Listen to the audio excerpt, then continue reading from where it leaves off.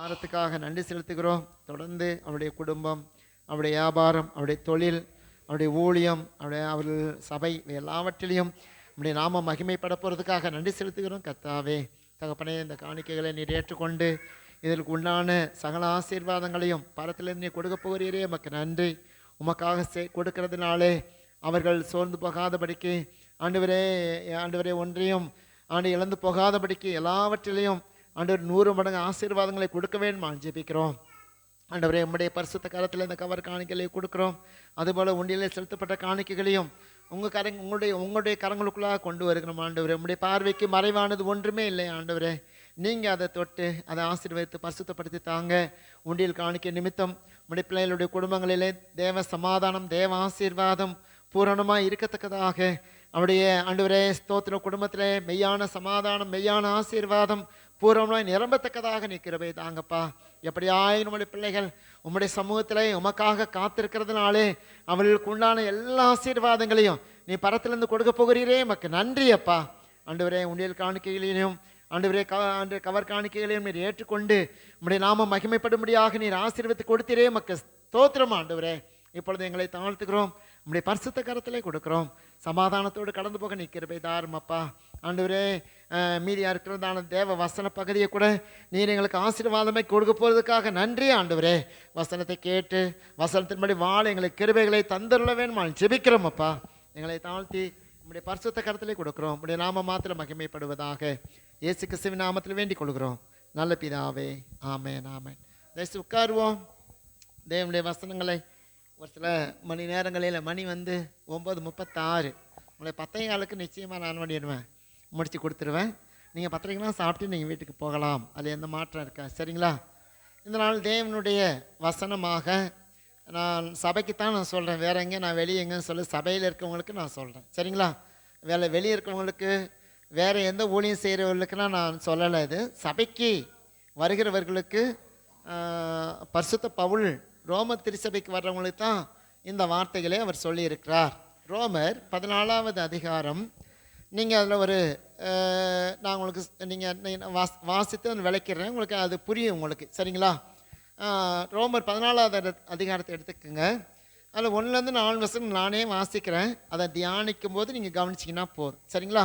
ரோமர் சபைக்கு பவுல் எழுதி கொடுத்த வார்த்தைகள். 1வது வசனம், விசுவாசத்தில் பலவீனம் உள்ளவனை சேர்த்து கொள்ளுங்கள், ஆனாலும் அவனுடைய மன ஐயங்களை குற்றமாய் நிர்ணயிக்காமல் இருங்கள் அப்படின்னு போட்டிருக்கு. சரிங்களா?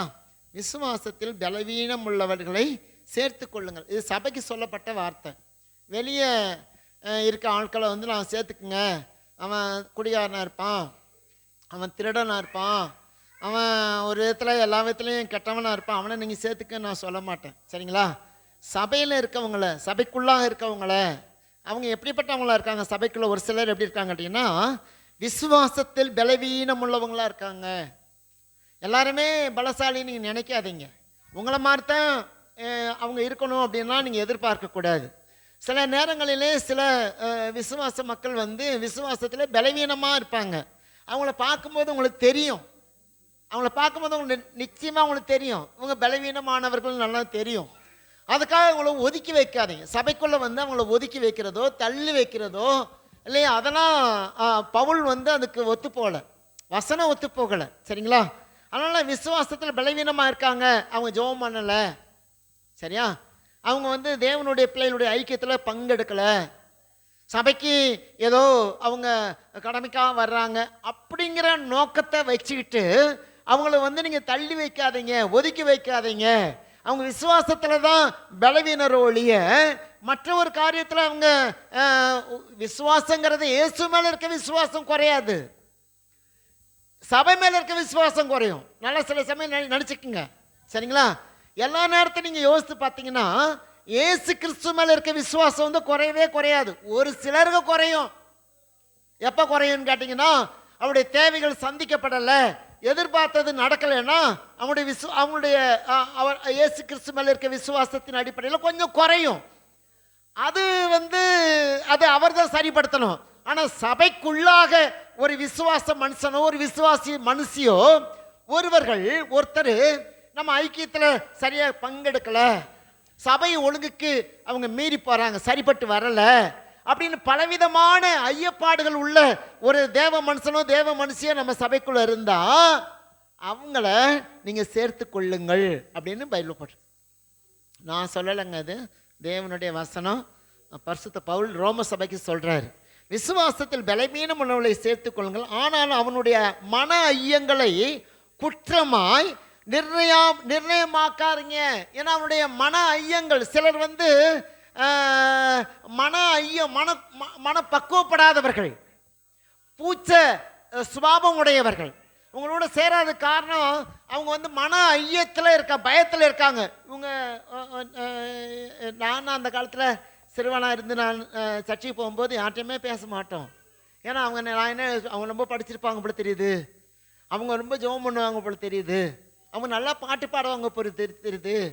ஏன் ஊழியத்துக்கு வந்த பிறகு 1985 நாங்கள் கிராம ஊழியங்கள் போகும்போது கூட அங்கே கூட பெரிய பெரிய தேவ மனிதர்கள்ட்ட பேச மாட்டோம், ஒதுங்கி போயிடுவோம். ஏன்னா மன ஐயம் இருக்குது. அவங்களாம் ரொம்ப தேர்னவங்க, இவங்க ரொம்ப முதிர்ச்சியானவங்க, இவங்களுக்கு முன்னால் போய் நம்ம நிற்க முடியாது அப்படின்னு சில நேரத்தில் சில விசுவாச மக்கள் ஒதுங்கி நிற்பாங்க. அவங்கள நீங்கள் பார்க்கும்போது நீங்களும் ஒதுக்கி விட்டுறாதீங்க, நீங்களும் தள்ளி விட்டுறாதீங்க. ஏன்னா உலகத்தில் அவங்க யாரும் சேர்த்துக்காம தான் சபைக்குள்ளே வந்திருக்காங்க. ஆனால் சபையும் அவனுடைய மன ஐயங்களை, அவன்கிட்ட ஏதோ ஒரு குறை இருக்கும், அவர்கிட்ட ஏதோ ஒரு உங்களுக்கு பிடிக்காத ஒரு காரியம் இருக்கும், அதை மனசில் வச்சுட்டு அதை யோசிச்சுக்கிட்டு அவங்கள ஒதுக்கி தள்ளிடாதீங்க. ஏன்னா இது சபையில் நடக்கிற ஒரு காரியம். பவுல் ரோம சபையில் நடந்த காரியத்தை தான் சொல்கிறார். அதனால் அந்த பலவீனம் யார்கிட்ட இருக்குங்கிறத உங்களுக்கு நீங்கள் கண்டுபிடிக்கணும். சரிங்களா? சரி, நான் ஒரு சம்பவத்தை நான் சொல்கிறேன், நீங்கள் புரிஞ்சுக்குவீங்க. நீங்கள் சிம்சனை பற்றி உங்களுக்கு தெரியும், சரிங்களா?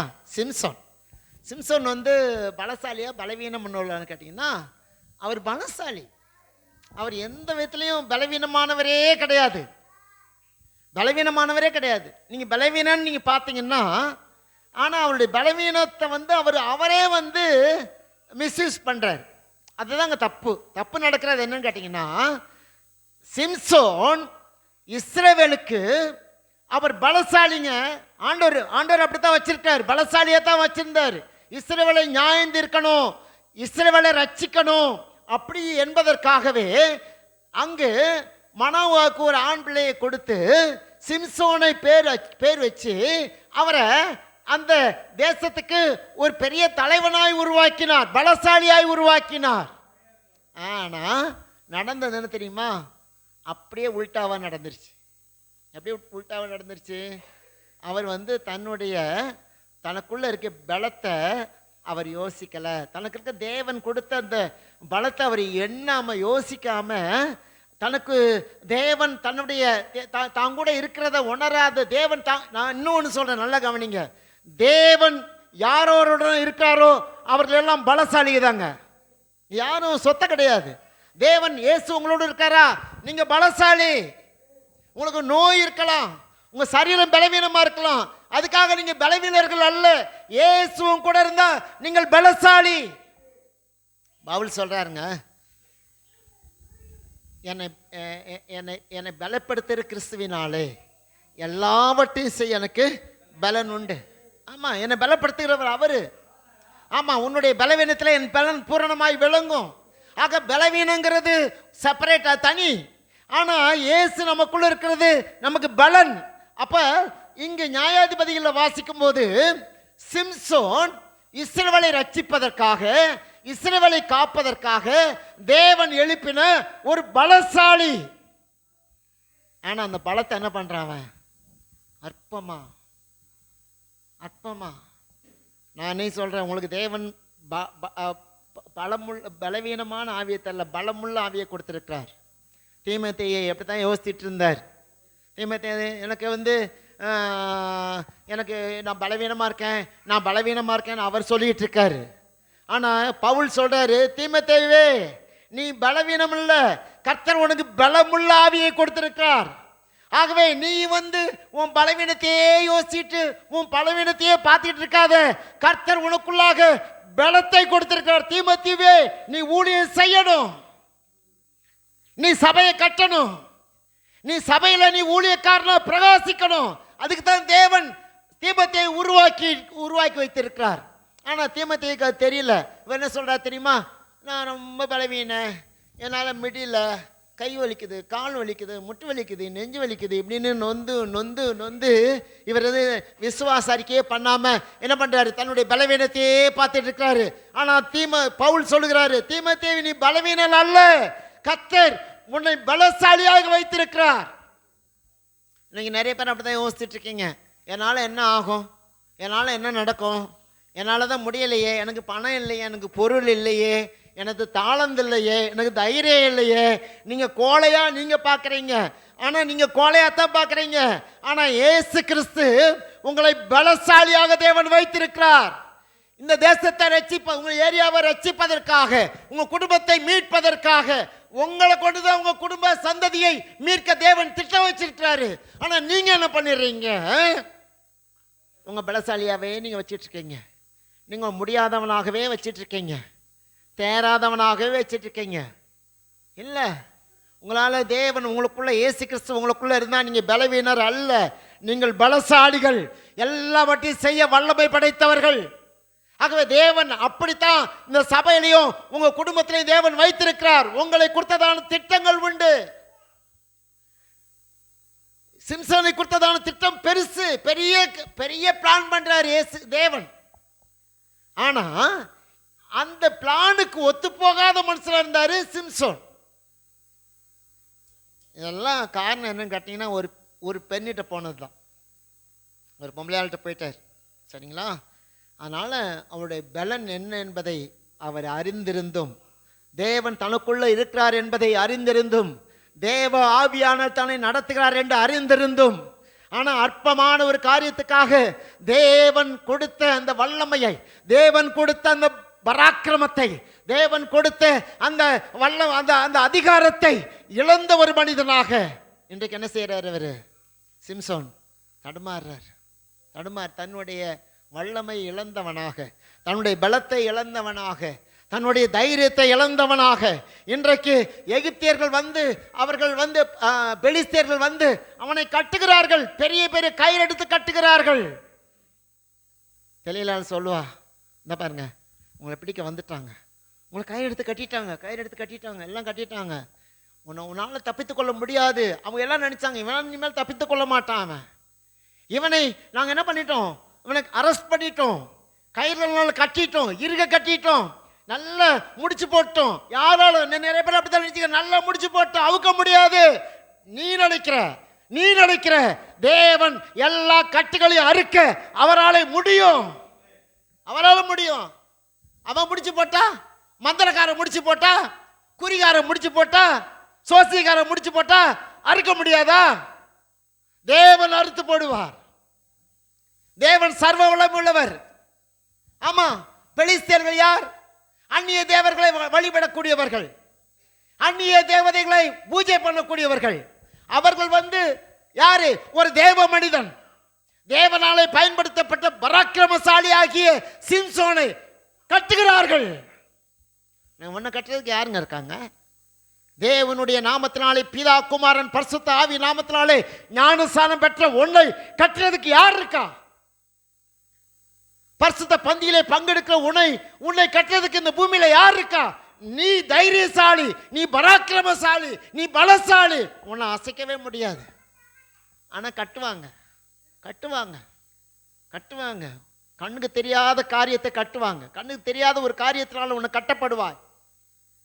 ஏதோ ஒன்று உன்னை காலை கட்டும், ஏதோ ஒன்று உன்னை கையை கட்டும், ஏதோ ஒன்று சரீரத்தை கட்டும், ஏதோ உன் நினைவை கட்டும். ஆனா இயேசு உன்னோடு இருக்கும்போது எந்த கட்டுகளும் அறுக்கப்பட்டு தான் போகக்கூடிய, அது கட்டப்படாது. உன் சரீரத்துக்கு விரோதமாக, உன் வாழ்க்கைக்கு விரோதமாக, உன் ஊழியத்துக்கு விரோதமாக, உன் குடும்பத்துக்கு விரோதமாக, உன் வேலைக்கு விரோதமாக எவன் கட்டுகிறானோ அந்த கட்டுகளை என் ஆண்டவராகிய தேவன் அறுத்து போடுவார். அவிழ்த்தெல்லாம் போட மாட்டார். இந்த முடிச்சு போட்ட அவிழ்க்கிறதெல்லாம் தேவனுடைய சித்தம் கிடையாது, திட்டம் கிடையாது. அறுத்து போடுகிற தேவன். என்ன உங்களுடைய வாழ்க்கையில் உங்களை யார் கட்டி வச்சிருக்கா? பெலிஸ்தன் வந்து கட்டி வச்சிட்டானா? பொல்லாதவன் வந்து கட்டி வச்சிட்டானா? நீங்க சிம்சோனா மாற மாற மாற தேவ ஆவியானவர் உங்களோட இருந்து உருவாக்க எந்த பிரச்சனையும் உங்களை மேற்கொள்ளவே முடியாது. சர்வ வல்லமையுள்ள தேவனாகிய கர்த்தராகிய இயேசு கிறிஸ்து நம்மோடு கூட இருக்கும்போது யார் வேணாங்க கட்டட்டும், யார் வேணாங்க கட்ட, சவாலை விடுங்க, கட்டிப்பார், தொட்டுப்பார். என் கூட இருக்க தேவன் யார் என்று அறிந்து கொள்ள முடியும். சிம்சோன் என்ன பண்ணாரு? எல்லாத்தையும் கவனித்துக் கொண்டிருக்கிறார், எல்லாவற்றையும் ஆராய்ந்து அறிந்து கொண்டிருக்கிறார். தன்னோடு கூட தேவன் உலாவிக் கொண்டிருக்கிறதை, தேவன் தன்னோடு நடத்தி கொண்டிருக்கிறதை எல்லாவற்றையும் அறிந்திருக்கிறார். தேவன் நம்மோடு கூட இருக்கிறார். அவர் எங்க மிஸ் ஆகிறார் தெரியுமா? ஒரு சொகுசை தேடுறார், ஒரு இன்பத்தை தேடுறார். அங்கு தெளிலாளுடைய மடியிலே படுத்து கிடக்கார். அந்நிய ஸ்திரியை நாடி தேடி ஓடி போறார். அப்பொழுதுதான் அவள் ஒவ்வொரு நாளும் அலட்டி கொண்டிருந்தாளாம். உன் பலன் எதில் இருக்குது? நான் சொல்றேன், தேவன் உனக்கு கொடுத்த பலனை நீ கண்டுபிடிக்கவே முடியாதுங்க. நீ கண்டுபிடிக்கவே முடியாது. உலகத்தானுக்கு தெரியும், உனக்குள்ள இருக்க தேவன் சர்வ வல்லமையுள்ள தேவன், உனக்குள்ள இருக்க தேவன் பராக்கிரமம் உள்ள கர்த்தர். ஆமா, உனக்கு கொடுத்த கிருபை அவனுக்கு கிடையாது, உனக்கு கொடுத்த வரம் அவனுக்கு கிடையாது, உனக்கு கொடுத்த தாழ்ந்து அவனுக்கு கிடையாது. அவன் அற்பமானவன். நீயோ விளையாடப்பட்ட கல், விளையாடப்பட்ட சொத்துக்கு சொந்தக்காரர்கள் நீங்கள். ஆனா உங்களை ஆண்டவர் பயன்படுத்துற விதங்களே வேறங்க. நீங்க அற்பத்தனமா கோலத்தனமா உட்கார்ந்துட்டு இருக்காதீங்க. நீங்க ஆமென், சர்வ வல்லமையுள்ள தேவ ஆவியானவர் உங்களுக்குள்ள இருக்கபடினாலே நீங்கள் எல்லா கட்டுகளையும் அறுக்கத்தக்கதான வல்லமை தேவன் கொடுத்திருக்கிறார். நீங்க சொல்ல, ஐயோ மிடில் கட்டப்பட்டிருக்கேன், நோவு, இதெல்லாம் ஒன்றும் பண்ண முடியாது. உங்களை ஏசு உங்களுக்குள்ள இருக்கார், சர்வ வல்லமையுள்ள ஏசு உங்களுக்குள்ள இருக்கார். சிம்சோனுக்குள்ள இருந்த ஏசு, ஹல்லேலூயா, எல்லாம் கட்டினார்கள். பெரிய பெரிய மரத்தை கொண்டு கட்டி என்னென்னமோ கட்டி பார்த்தோம். ஏன் நில காலு பெரிய பெரிய தூண்ல கட்டி வச்சாங்க. அந்த தூணோடு பீத்து கொண்டு போனார். தேவன் உனக்குள்ள இருந்தாருங்க. இன்னைக்கு நீங்க பலவீனன்னு சொல்றீங்க, என்னால முடியலைன்னு சொல்றீங்க, என்னால் நடக்காதுன்னு சொல்றீங்க. அது உங்களுடைய அவிசுவாசம், பலவீனமான வார்த்தை. ஆனா தேவன் உனக்குள்ள இருந்தா முடியாததுங்கிறது ஒண்ணுமே கிடையாது. தேவன் அப்படித்தாங்க நம்மளை வச்சிருக்கிறாரு. ஏசு அப்படித்தாங்க கோழையா வச்சிருக்காரு, ஏழையா வச்சிருப்பாரு. அதை நான் குறை சொல்ல மாட்டேன். ஏழையா வச்சிருக்காருன்னா ஏத்துக்குங்க. ஏழையா வச்சிருக்காருன்னா கர்த்தருக்கு ஸ்தோத்திரம் பண்ணுங்க. ஒரு நாள்ல கொடுத்தீங்க, இன்னைக்கு குடிக்க முடியல, கர்த்தருக்கு ஸ்தோத்திரம் பண்ணுங்க. அதனால நீங்க வந்து தேவன் என் கூட, நீங்க ஏழையா இருக்கிறதுனால ஏசு என் கூட இல்லைன்னு நினைக்கிறீங்களா? இல்லை, தேவன் உங்களோட இருக்கிறார். சர்வ வல்லமையுள்ள கர்த்தராகிய இயேசு கிறிஸ்து நம்மோடு கூட இருக்கிறார். ஆனா இப்ப பலமுள்ள அந்த சிம்சோன் இப்ப பலவீனமா மாறுறதை நீங்க பார்க்க போறீங்க. பலமுள்ள சிம்சோன், வல்லமையுள்ள சிம்சோன், வரங்கள் உள்ள சிம்சோன்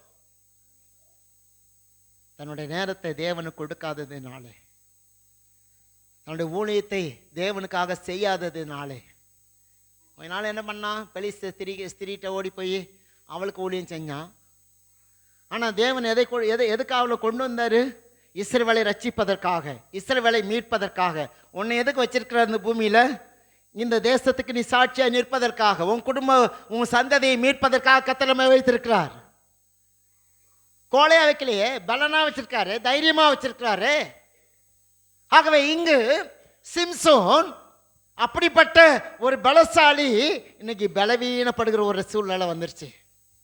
அவருக்கு இருந்த பலன் போயிடுச்சு, அவளுக்கு இருந்த வல்லமை போயிடுச்சு, அவளுக்கு இருந்த வைராக்கியம் போயிடுச்சு. இன்னைக்கு அவருடைய சூழ்நிலை பார்த்தீங்கன்னா ஒரு மங்கன ஒரு சூழ்நிலை. அவர் எப்பயும், ஆனால் தேவன் அவரை விட்டு போனது அவருக்கு அதுக்கு உணர்வு இல்லை. நான் பாரு, இப்ப எனக்கு இருக்க வல்லமே பாரு, எனக்கு இருக்க தைரியத்தை பாரு, எழும்புனாரு. அப்படியே கட்டாடி எல்லாம் தேவன் கூட இருக்கும்போது அற்புதம் நடந்துச்சு. தேவன் இல்ல, ஒண்ணு நடக்க மாட்டேங்குது, செய்யறது ஒண்ணு விலக மாட்டேங்குது. தேவன் இல்ல நினைச்சுக்கங்க, தேவன் கூட இல்ல. ஆனா தேவன் இருக்கும்போது எல்லாம் நடந்துச்சு, சொன்னதெல்லாம் அப்படியே நடந்துச்சு. இன்னைக்கு ஒண்ணு நடக்கும்போது எழுந்தாரு.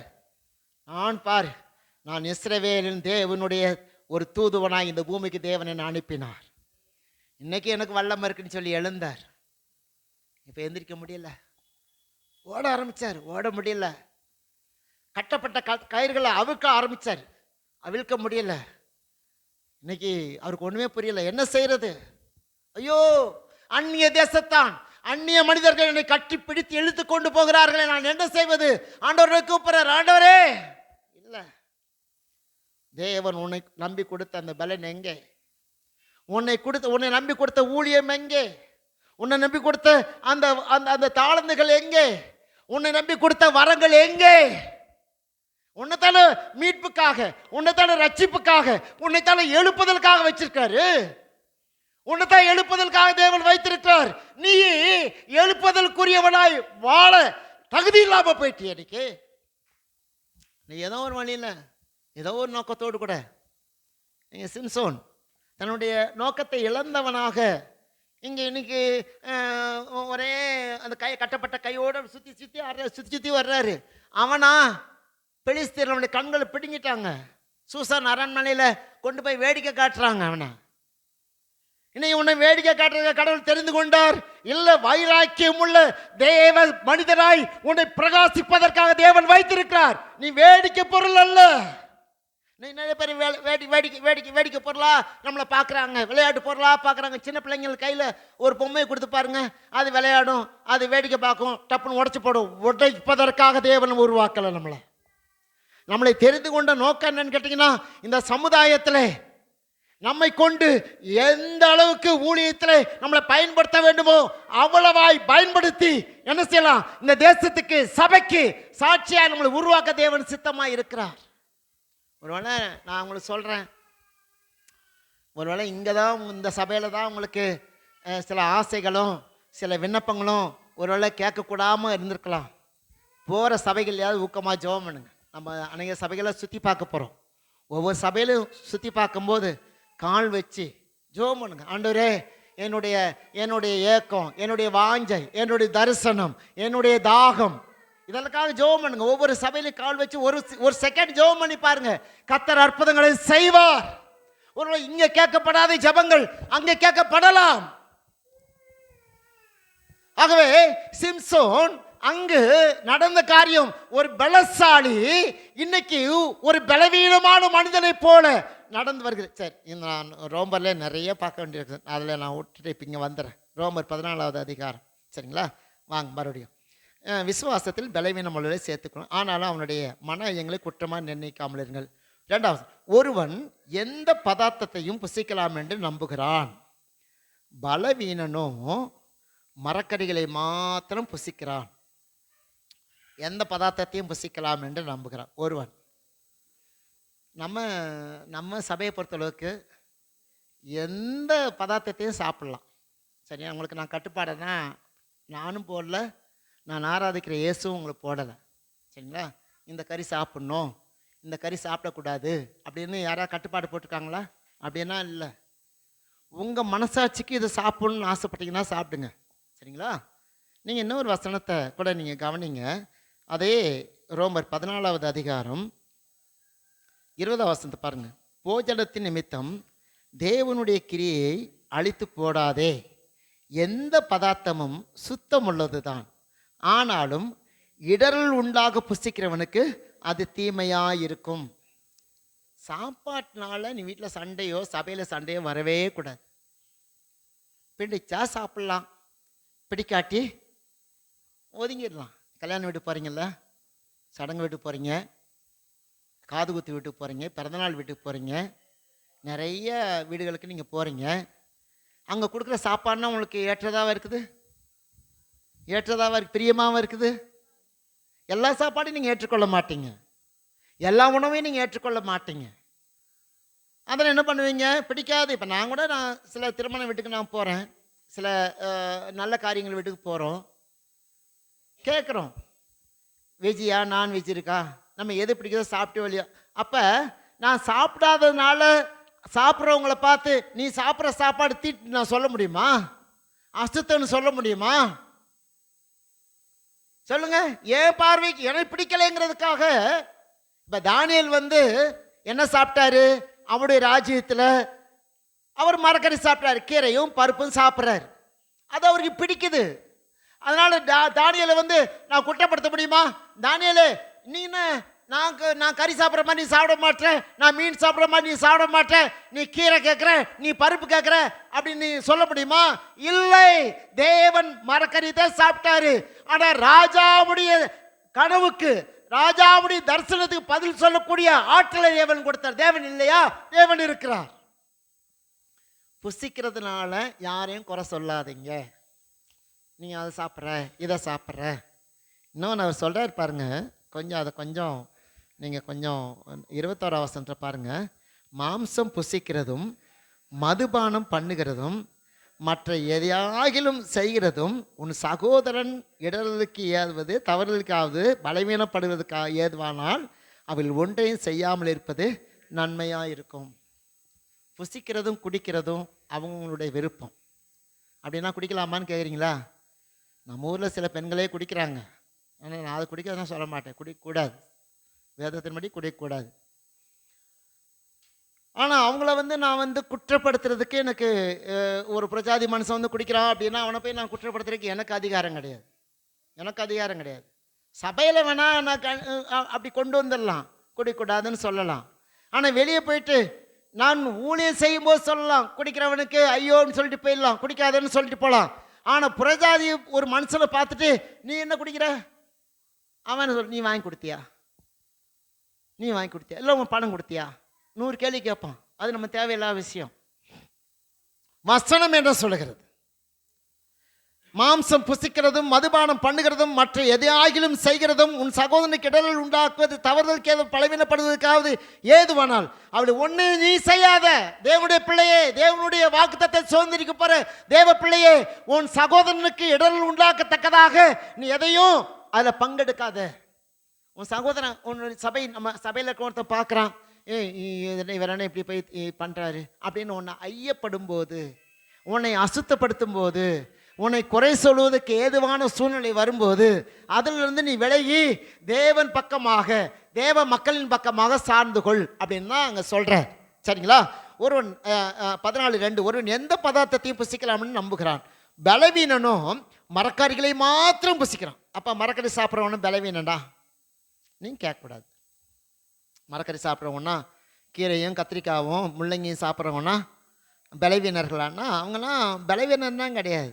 பலவீனம் அதில் அவர்களும் பலசாலிகளாக இருக்கிறார்கள். ஆனால் நமக்கு அது ஒத்து வரல.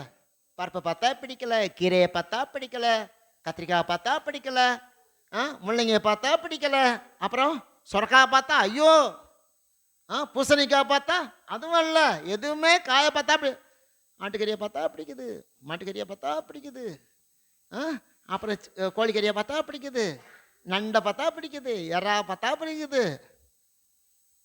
இது நம்முடைய மனது தான் காரணங்க, மனது தான் காரணம் பிரியமானவர்களே. அதனால அவங்க சாப்பிட்றதுனால மீன் நண்டு எல்லாம் சாப்பிட்றதுனால அவங்க கெட்டவங்களா? கெட்டவங்க கிடையாது. தேவன் அவர்களுக்காக அதை உண்டாக்கி இருக்கிறார்.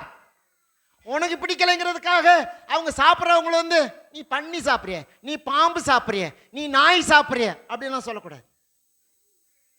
அவங்க விருப்பத்தை சாப்பிட்றாங்க. சாப்பிடாதவர்கள் உங்களுக்கு அடுத்து மரக்கறியை பார்க்குறீங்க. என்ன பொறுத்தளவுக்கு எந்த மரக்கறியிலையும் ருசி குறையே கிடையாதுங்க. எல்லா மரக்கறியிலும் நல்ல ருசி இருக்குது. நல்ல விருப்பத்தோடு சாப்பிடும்போது அது அவ்வளோ சந்தோஷமாக இருக்குது. எந்த சரீரத்துக்கு கேடு வராது பிரியமானவர்களே. ஆகவே இங்கே வசனம் சொல்கிறது 2ஆம் வசனம் 14:2 ஒரு எந்த பதார்த்தத்தையும் புசிக்கலாம் என்று நம்புகிறான், பலவீனனும் மரக்கறிகளை மாத்திரம் புசிக்கிறான். 3ஆம் வசனம் புசிக்கிறவன் புசியாது இருக்கவனை அற்பமாய் எண்ணாதிருப்பானாக. நீ நிறைய பேர் அப்படித்தான். புசிக்கிறவன் புசியாது இருக்கவனை எப்படி பார்க்கலான்றீங்க? நக்கலா நக்கலா அற்பமாய்.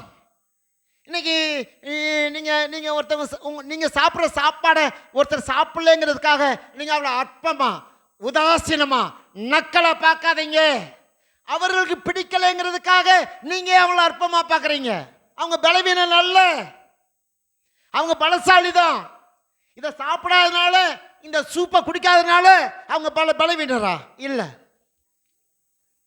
அவங்க பலசாலி தான். இன்னொன்று தேவ பிள்ளைகளுக்கு நல்லா சொல்கிறேன், நல்லா கவனிச்சுக்குங்க. தேவனுடைய பிள்ளைங்க புரிஞ்சுக்குங்க. நீங்கள் சாதாரண சாப்பாடை சாப்பிட்டா கூட நீங்கள் பலசாலி தாங்க நீங்கள்.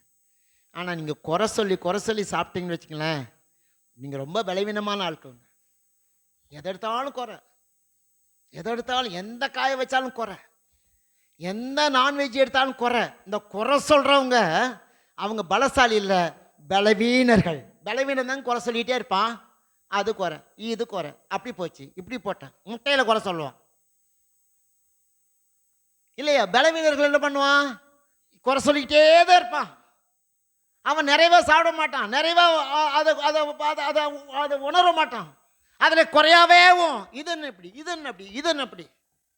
ஆகவே பலசாலி என்பவன் அவன் மரக்கறி சாப்பிட்டா கூட சுவையா அதை ஏற்றுக்கொண்டு சாப்பிட்றான் பாருங்க, அவன் பலசாலி.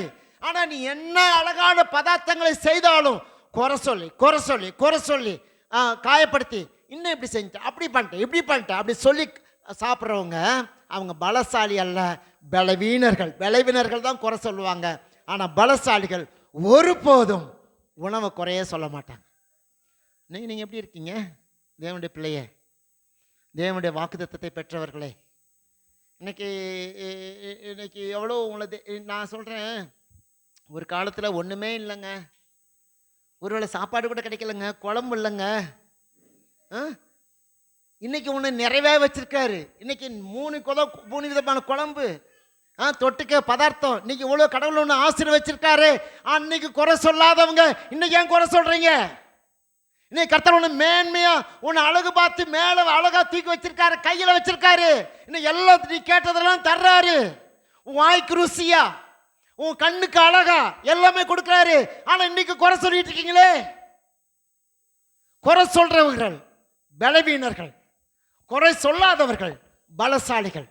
ஏன்னா அவங்க குறை சொல்லாம அப்படியே குறை இருந்தா கூட அதை சந்தோஷமா பக்குவமா ஏற்றுக்கொள்றாங்க பாருங்க, அவர்கள் பலசாலிகள்.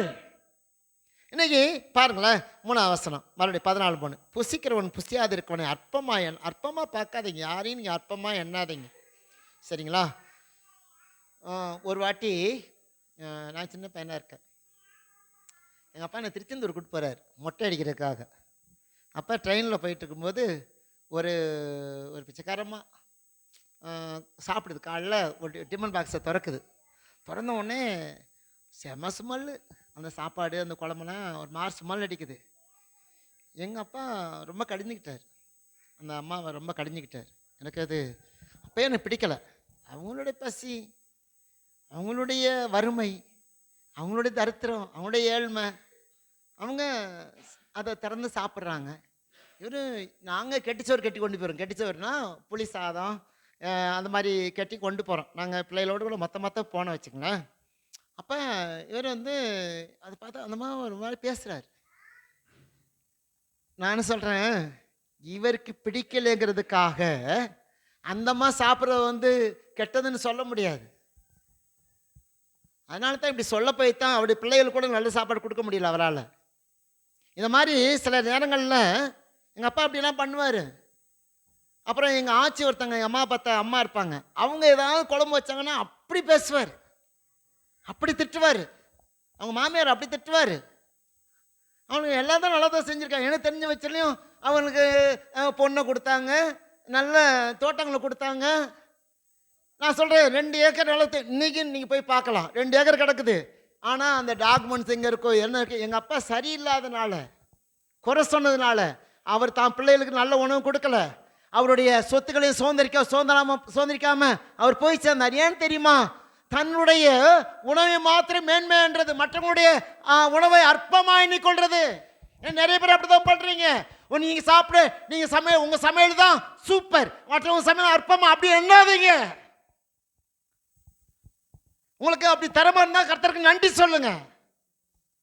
அதனால இன்னைக்கு இங்க என்ன நடக்குது பாருங்க, 3ஆம் வசனம், புசிக்கிறவன் புசியாது இருக்கவனை அற்பமா எண்ணாதீங்க. அற்பமா என்றது நக்கலா பார்க்கறது. நீ என்ன சாப்பிட்ற? நான் சாப்பிட்றேன் பார், நான் பார்சலை விரிக்கிறேன் பார், அப்படியே கோழி உள்ளேருந்து வெளியே வரும் பார், முட்டையிலேருந்து குஞ்சு வரும் பார். இதெல்லாம் நம்ம சொல்லிக்கிறது. நீ பிரிக்கிற பார்சல்ல தான் வருமா? இல்லை, பலவீனன் தாங்க குறை சொல்லிக்கிட்டே இருப்பான். பலவீனம் தான் தன்னை உயர்த்திக்கிட்டே இருப்பான். பலசாலி ஒரு நாள் தன்னை உயர்த்த மாட்டான், தேவனை தான் உயர்த்துவான். நீங்க எப்படி இருக்கீங்க? நான் எப்படி இருக்கேன் பாருங்க. 3ஆம் வசனம், புசிக்கிறவன் புசியா இருக்கிற அற்பமா எண்ணாது இருப்பான், புசிக்கிறவனும் புசியாது இருக்கவனை குற்றவாளியாக தீர்க்காது இருப்பாதா. தேவன் அவனை ஏற்றுக்கொண்டாரே. தேவன் அவனை ஏற்றுக்கொண்டார். நீ ஏற்றுக்கொள்ளல. உன் மனசு கல்லு, உன் மனசு இரும்பு. ஆனா தேவன் அப்படி இல்லை. தம்முடைய பரிசுத்த ரத்தத்தை சிந்தி இருக்கிறார் ஒவ்வொரு மனிதனுக்காக. தேவன் அவனை ஏற்றுக்கொள்கிறார். நீ என்ன பண்ற? அவனை தள்ளி வச்சிருக்கிற. உன் வீட்டுக்கு வெளியே தள்ளி வச்சிருக்கிற, உன் ஊருக்கு வெளியே தள்ளி வச்சிருக்கிற, சபைக்கு வெளியே தள்ளி வச்சிருக்கிற. நீ பலவீனன். நீ பலசாலியா இருந்தா அவனை தைரியமா ஏற்றுக்கொள்ளுவ. இன்னைக்கு அப்படித்தானே இருக்கு. இன்னைக்கு நிறைய சபைகள்ல நிறைய பேர் தள்ளி வச்சிருக்கிறது. கவனிங்க. 4ஆம் வசனம், மற்றொருவருடைய வேலைக்காரனுக்கு குற்றவாளியை தேய்க்கிறது நீ யார்? அவன் நின்றாலும் விழுந்தாலும் அவனுடைய எஜமானுக்கே அவன் உத்தரவாதி. அவன் நிலைநிறுத்தப்படுவான். தேவன் அவரை நிலைநிறுத்த வல்லவராயிருக்கிறார். ஏங்க, உங்களை நிலைநிறுத்துறதுக்கு இயேசு தாங்க வேணும். உங்கள் வாழ்க்கை ஸ்தலத்தை அஸ்திபாரத்தை உறுதிப்படுத்துறதுக்கு இயேசு ஒருத்தர் தாங்க வேணும். மனுஷன் எதுக்குங்க? மனுஷன் எதுக்கு? தேவன் கொடுத்தவன் அஸ்திபாரத்தை, தேவன் கொடுத்த ஆசீர்வாதத்தை அசிங்கப்படுத்துறது தான் மனுஷன். சொந்த பந்தங்கள் அதை விட கேவலம். அந்நியர்களாவது ஓரளவுக்கு பரவாயில்ல, ஏதோ தேடி வருவாங்க, ஓடி வருவாங்க, நம்மளை நினைப்பாங்க, நமக்காக ஜெபம் பண்ணுவாங்க. ஆனா சொந்தம், உறவு, பந்தம், ரத்தம் அப்படின்றீங்க பார்த்தீங்களா, அவர்கள் கேடு கட்டவர்கள். நம்ம நல்லா இருக்கணும்னு ஒரு நாள் நினைக்க மாட்டாங்க. நம்ம நல்லா வளரணும் ஒரு நாள் நினைக்க மாட்டாங்க. நம்ம கூட பிறந்தவங்க அப்படித்தான் இருப்பாங்க. ஏன்னா அந்த சமுதாயத்தில் அவங்க என்ன வசனம் படித்தாலும், அவங்க என்ன ஜெபம் பண்ணாலும், தேவனுடைய பிள்ளைங்க தான் நான் சொல்றேன். பிரியமானது, இங்க ஆண்டவருடைய வசனம், அவன் நிலைநிறுத்த, தேவன் அவனை நிலைநிறுத்த வல்லவராய் இருக்கிறார். உன்னை நிலைநிறுத்துவதற்கு தேவன் போதுமானவராக இருக்கிறார். எந்த ஒரு மனுஷனுடைய சப்போர்ட்ல நிற்க வேண்டாம். நீங்க தேவன் உன்னை நிலைநிறுத்துவாருங்க. உன் ஊழியத்திலையும், உன் குடும்பத்திலையும், இந்த சொசைட்டிலையும் கர்த்தர் உன்னை நிலைநிறுத்தக்கூடியவரா தேவனா இருக்கிறார். நீ யார் இருக்கான்னு எல்லாம் விட்டுட்டாங்களே, எல்லாம் போயிட்டாங்களே நினைக்கிறீங்களா? எல்லாம் விட்டுட்டாங்க, எல்லாம் போயிட்டாங்க, எல்லாம் உதறிட்டாங்க, எல்லாம் தள்ளிட்டாங்க, நீ என் கூட யாரும் வரமாட்டாங்க, யார் என் கூட சேர மாட்டாங்க அப்படின்னு நினைக்கிறீங்களா? இல்லை. போனவர்கள் போகட்டும், தூரமாயிருக்கவள் தூரமாக இருக்கட்டும், விசாரிக்காதவள் விசாரிக்காமல் போகட்டும். என்னை நிலைநிறுத்துவதற்கு சர்வ வல்லமையுள்ள தேவனாகிய ஆண்டவராகிய இயேசு கிறிஸ்து ஒருவர் இருக்கிறார். ஹல்லேலூயா. என்னை நிலைநிறுத்த அவர் போதுமானவராக இருக்கிறார். ஆமென். என்னை எல்லாம் தள்ளுறாங்க, எல்லாம் குழியில தள்ளுறாங்க. யோசேப்பை அவனுடைய சகோதரர்கள் எல்லாம் எடுத்து தள்ளுறாங்க, குழியில தூக்கி போட்டாங்க. இவன் அழியட்டும் ஒழியட்டும் ஒண்ணுமில்லாமல் போட்டுன்னு மண்டவாரி விட்டாங்க. ஆனா தேவன் யோசேப்பை நிலைநிறுத்த வல்லவராயிருந்தார். அதனால உன்னை இந்த இடத்துல வச்சு உன்னை நிலைநிறுத்தணும்னு ஆசைப்பட மாட்டார்.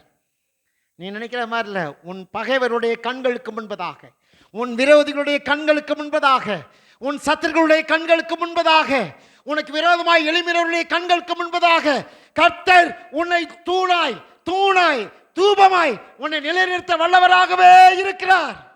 ஆமா, நீங்க நினைக்கிறீங்களா, என் குடும்பம் போச்சு, என் பிள்ளைங்க போயிட்டாங்க, என் சொத்து போயிடுச்சு, என் வேலை போயிடுச்சு, என் வருமானம் போயிடுச்சு, என் ஊழியம் போயிடுச்சு நினைக்கிறீங்களா? இல்லை. கர்த்தர் உன்னை நிலைநிறுத்த வல்லமையுள்ளவராக இருக்கிறார்.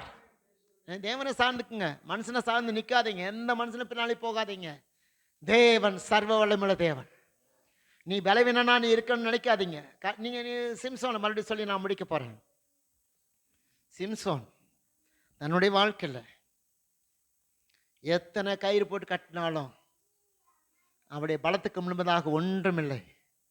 தேவன் கூட இருக்கும்போது, தேவன் அவரை விட்டு விலகின பொழுது சாதாரண கயிறு வச்சு கட்டினாங்க, நகலை கொள்ள முடியல, ஒன்றும் பண்ண முடியல.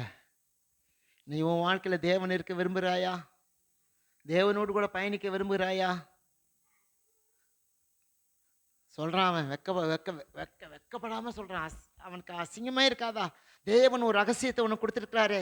தேவன் விலை மதிக்க முடியாத ஒரு சொத்தை ஒன்றை கொடுத்துருக்கிறாரு. கொஞ்சம் கூட உனக்கு அறிவில்லையா? அவ கேட்குறான்னு, அவ அழுகிறான்னு, அவன் அழுகிறான்னு சொல்லி எல்லாத்தையும் திறந்து கொடுத்துருவியா? அவ கேட்கிறான்னு எல்லாத்தையும் சொல்லிடுவியா?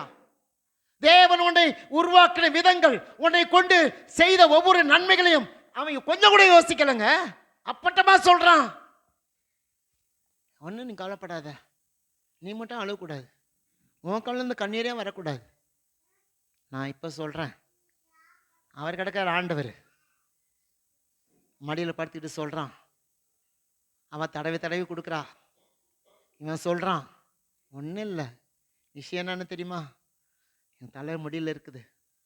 இந்த தலைமுடியை மட்டும் எடுத்துட்டிங்கன்னா நான் பைத்தியக்காரன், நான் சொரண கட்டவன், சூடு இல்லாதவன், நான் மானம் கட்டவன், நான் ஈனப்பிரவி சொல்கிறான். அவன் அப்படியே உடனே என்ன பண்ணுறா? தூது அனுப்புறா. பெலிஸ்திய தளபதிகளுக்கு தூது அனுப்புறா. பிரியமானவர்களே, ஓடி வந்தார்கள். நல்லா தடவி கொடுத்து தூங்க வச்சிட்டான். ஓடி வர்றாங்க. ஓடி வந்து அவனுடைய கைகளை கட்டுறாங்க, சரீரத்தை கட்டுறாங்க.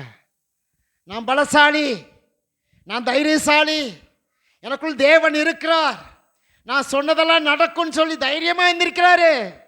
முடியல, முடியல, எழும்ப முடியல, ஓட முடியல, நடக்க முடியல. தேவன் விலகி போனார். தேவன் தூரமாய் விட்டு போனார். கூட இருந்த இயேசு இன்னைக்கு இல்லை. ஆமேன். உன்னை கைப்பிடிச்சு நடத்துற இயேசு உனக்கு இல்லை. வழிகாட்டுல இயேசு இன்னைக்கு இல்லை. ஆமேன். பலப்படுத்துற இயேசு உனக்கு இல்லை. ஆசீர்வாதத்தை இயேசு உனக்கு இல்லை.